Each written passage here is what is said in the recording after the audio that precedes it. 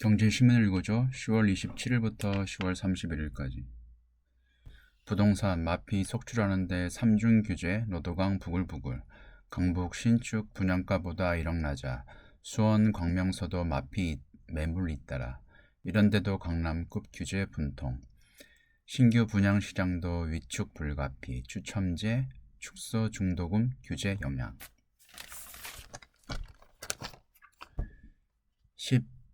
15 대책 형평성 논란. 경기 수원시 정안구 아파트에서 마이너스 프리미엄 3천만원 분양권 매물이 나와 있다. 지난 3월만 해도 이 단지 전용 면적 98제곱미터는 분양가보다 4천만원 비싼 8억 7천만원에 손바뀜했다. 올해 하반기에 들어선 거래 자체가 한 건도 이루어지지 않았다. 10월 15일 부동산 대책을 통해 3중 규제, 투기과열지구, 조정 대상 지역, 토지거래 허가구역까지 적용되면서 시장은 더욱 위축될 전망이다. 27일 업계에 따르면 집값 상승세가 두드러지지 않았는데도 강남급 규제 지역으로 묶인 서울과 서울 외곽 지역에 불맨 소리가 커지고 있다.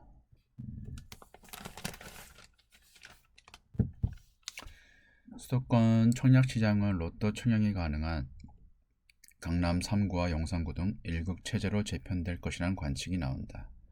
그 외 지역에선 당장 목돈은 없어도 신축 아파트를 시세보다 더 저렴한 가격에 구입할 수 있다는 청약의 최대 장점이 희석됐기 때문이다.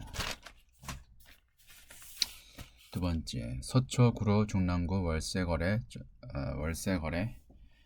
전세 추월, 빌라 이어 아파트도 월세 급증, 동대문 전세 매물 17% 뚝, 실거주 의무 대출 축소 영향, 세입자의 주거비 부담은 커져 강북서도 250만원 고가 월세. 10.15 부동산 대책 시행 이후 전세 물건이 줄면서 서울 아파트 시장에서 전세의 월세화 현상이 강해지고 있다. 구로중랑 등 외곽에서부터 서초, 강동 등 인기 지역에까지 이달 들어 월세 거래량이 전세를 웃돌고 있다.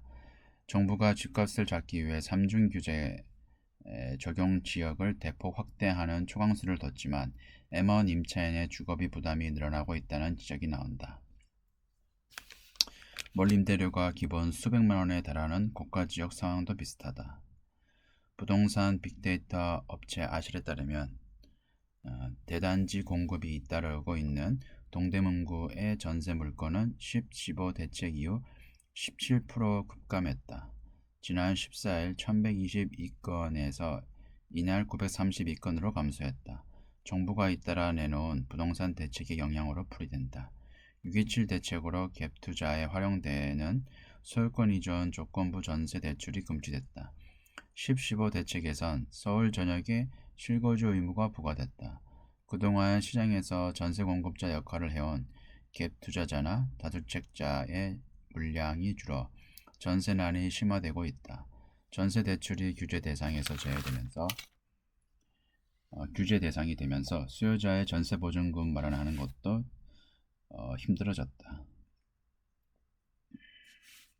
매물이 잠기자 전세값 상승 압력도 높아지고 있다. 이것들 다 잡설이고 제가 봤을 때는 강남 지역에 보유세만 늘리면 돼요. 한시적으로 양도세 낮추고 한 1년 낮추고 보유세도 뭐 종부세를 해가지고 강남급 아파트 대신에 실제 실거주 하시는 분들 거기 실거주를 해서 한 10년 20년 사시는 분들 소득원이 없는 분들 그분들은 공제 비율을 많이 해주고 해서 투자를 못하게 하면은 강남급의 대장 아파트들이 아파트 값이 떨어지면서 결국은 아파트 값 전체적으로 하향되는 게 그런 방향으로 이루어질 수 있습니다. 다음 경제, 금융, 조식 등 K증시 아직도 싸다는 해외 IB, 코스피 재평가 시작됐다. JP모건, 코스피 상승 여력 충분, 6천도 가능. 코스피 지수, 정보 디스카운트 해서 긍정평가, 해외 투자자 한국 비중 낮은 점 지적, 외국인 자금 추가 유입될 것 전망. 메모리 반도체 금융 방산 등 선호, 홍콩 CLSA 고배당 기업 매력, 국내 증권사 첫 목표치 5천 제시.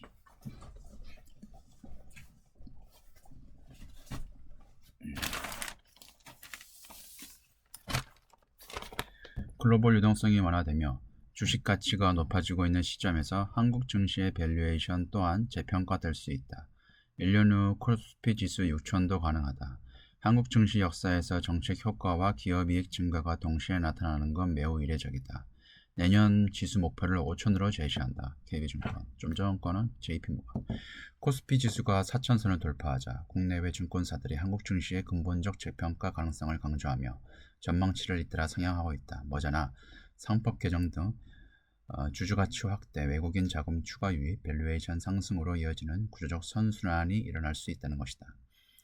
증권사들은 이 같은 흐름에 따라 반도체 외에 지주, 금융 등 주주 환원 관련주들이 수혜를 볼 것으로 전망했다. 또 오를 수 있다는 거는 여기 신문에선 내용이 안 나와 있는데 일단은 외국인의 보유 비율이 역대급 최고치보다는 지금 더 낮아요. 그리고 코스피 지수가 환율상 봤을 때도 예전에는 코로나 시기 당시 한 21년도에 폭등을 했거든요. 그때 3,300 1월 달인가 그때까지 3,300 한 6까지 올라갔었어요. 그때 환율이 한 1,100원대였는데 지금은 1,400원대 초반이잖아요. 그래서 환율상 봤을 때도 지금은 지수는 3,300보다 훨씬 높은 4,000이 넘었음에도 불구하고 외국인 기준으로 봤을 때는 환율상 최고치는 압니다. 그래서 더 오를 수 있다고 얘기하는 전문가들도 많습니다. JP모건은 한국 증시는 그동안 대주주와 소액주주 간 이해 관계 불일치 때문에 구조적 문제를 겪었다고 진단했다.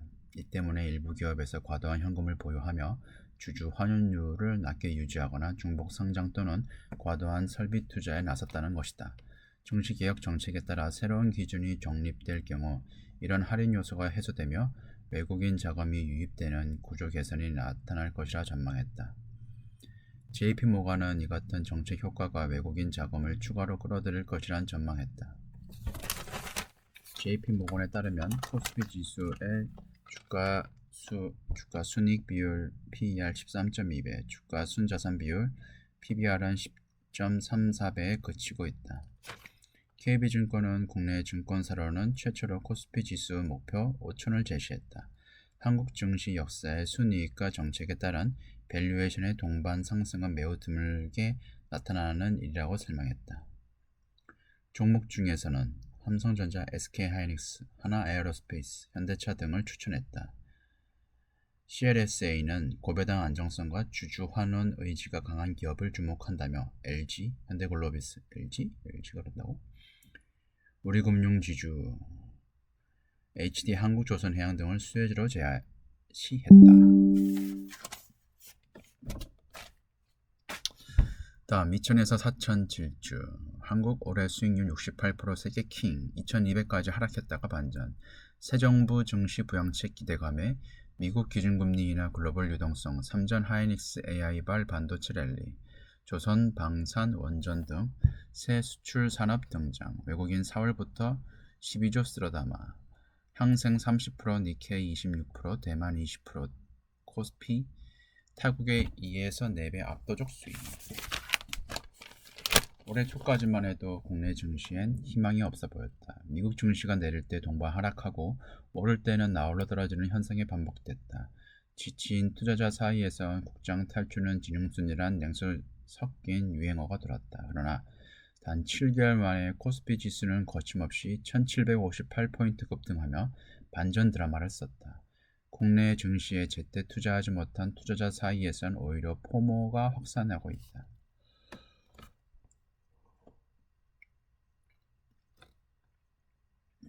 올해 글로벌 증시 대비 한국 증시가 압도적 성적을 낼 수 있었던 건 첫 번째 이유로 전문가들은 정부의 자본시장 선진화 정책을 꼽는다. 윤석열의 계엄과 탄핵, 미국의 상호관세 폭탄으로 2000대 초반까지 밀린 국내 증시는 이재명 출범 직전 5월 한 달간 증시 부양책에 대한 기대감만으로 2500에서 2700까지 올라섰다. 한국 증시의 체질을 바꾸어 부동산에 쏠린 자금을 증시로 되돌리겠다는 정부의 공언에 글로벌 투자 자금은 주목했다. 외국인 자금은 정부의 입에 따라 썰물처럼 들어왔다. 밀물처럼 빠져나갔다. 8월 정부가 양도소득세 대주주 기준을 강화하겠다고 발표하자 3,300을 향하던 코스피 지수는 단번에 3,100선으로 주저앉았다. 9월 대주주 기준으로 원래대로 되돌리겠다는 발표에 코스피 지수는 3,300을 돌파했다. 증시가 상승폭을 눈에 띄게 키운 건 9월 미국의 기준금리 인하 사이클이 본격화하면서다. 글로벌 시장에 돈이 풀리는 유동성 랠리가 전망하는 투자 자금이 증시에 쏠렸다. 9월 이후 10월에도 미국 페드의 기준금리를 낮추고 양적 긴축, QT를 중단할 것이라는 전망에 힘을 받고 있다.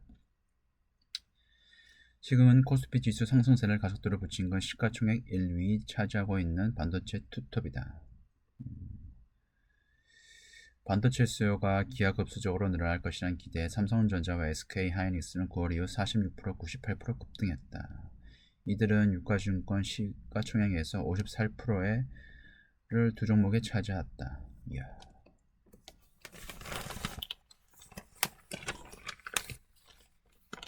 지정학적 고조가 고조될 때마다 주목받은 하나 에어로스페이스도 1년 새 23위에서 6위로 껑충 뛰었다. 원전 기술 수출에 잇따르며 두산 에너빌리티 시총은 31위에서 7위로 뛰어올랐다. 다음 힘 키우는 위안화, 중국 브릭스 앞세워 달러 동맹 속도. 달러 패권 맞서 결제 생태계 구축, 위안화 자산 10년 새 200억 업종, 개발도상국 대상 대출 규모 커져. 중국 전체 무역 30% 위안으로. 브릭스 블록 이 결제 핵심 역할.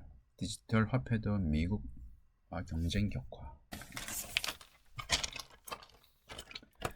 중국이 달러 패권에 맞서 위안화 힘을 키우고 있다. 위안화 중심인 결제 생태계를 구축하는 동시에 저금리로 개발도상국이 달러 부채를 위안화로 전환하도록 유도해 위안화 블록을 형성하고 있다.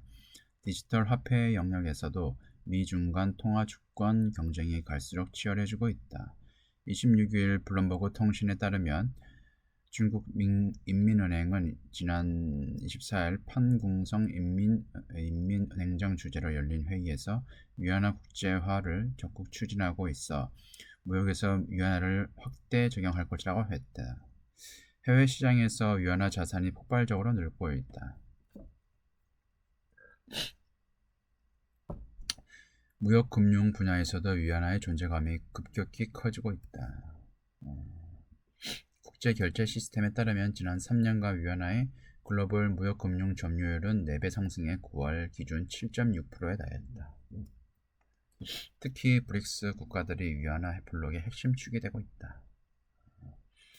미중 간 통화 주권 전쟁의 디지털 화폐 영역으로 옮겨 붙었다. 미국은 민간 주도로 달러 연동 스테이블 코인을 키우며 글로벌 경제 질서에 달러 지위를 더욱 강화하고 있다.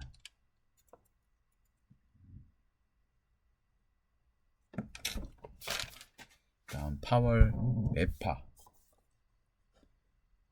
배파가 아니라 매파. 발언의 미국 12월 금리 동결 확률 9%에서 70%. 페드 기준금리 0.25%포인트 이하. 양적 긴축 12월의 종료. 두 차례에 잇따라 연 4%. 고용둔화 움직임에 선제대응. 보유 유가증권 순감축 끝낼 것. 추가 인하의 내부 견해자 있어. 견해자가 아니라 견해차. 매정박 발언의 금리 동결 전망 커져. 10년물 국채금리 연 4%대로 상승.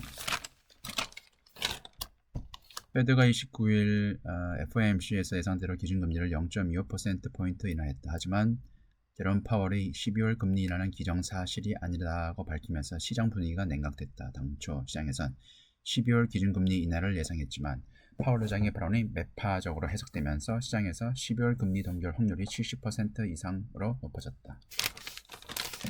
파월 의장 경기 둔화 리스크를 이 정도로 우려하면 시장에선 추가 금리 인하를 기대하고 긍정적으로 반응했지만 이날은 달랐다. 파월 의장이 12월 금리 인하 기대치에 선을 그었기 때문이다. 파월 의장은 12월 회의에서 추가 금리 인하가 기정사실은 아니다며 그 점을 분명히 인식할 필요가 있다고 했다.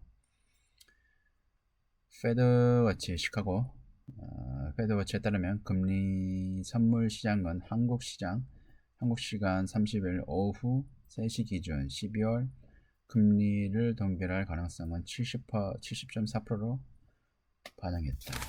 최근 AI 투자 붐에 대해서도 닷컴 버블과는 다르다고 말했다.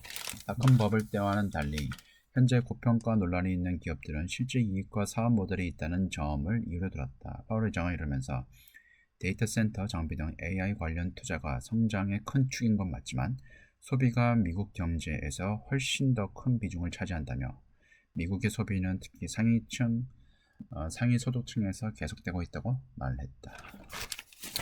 여기까지입니다. 고맙습니다.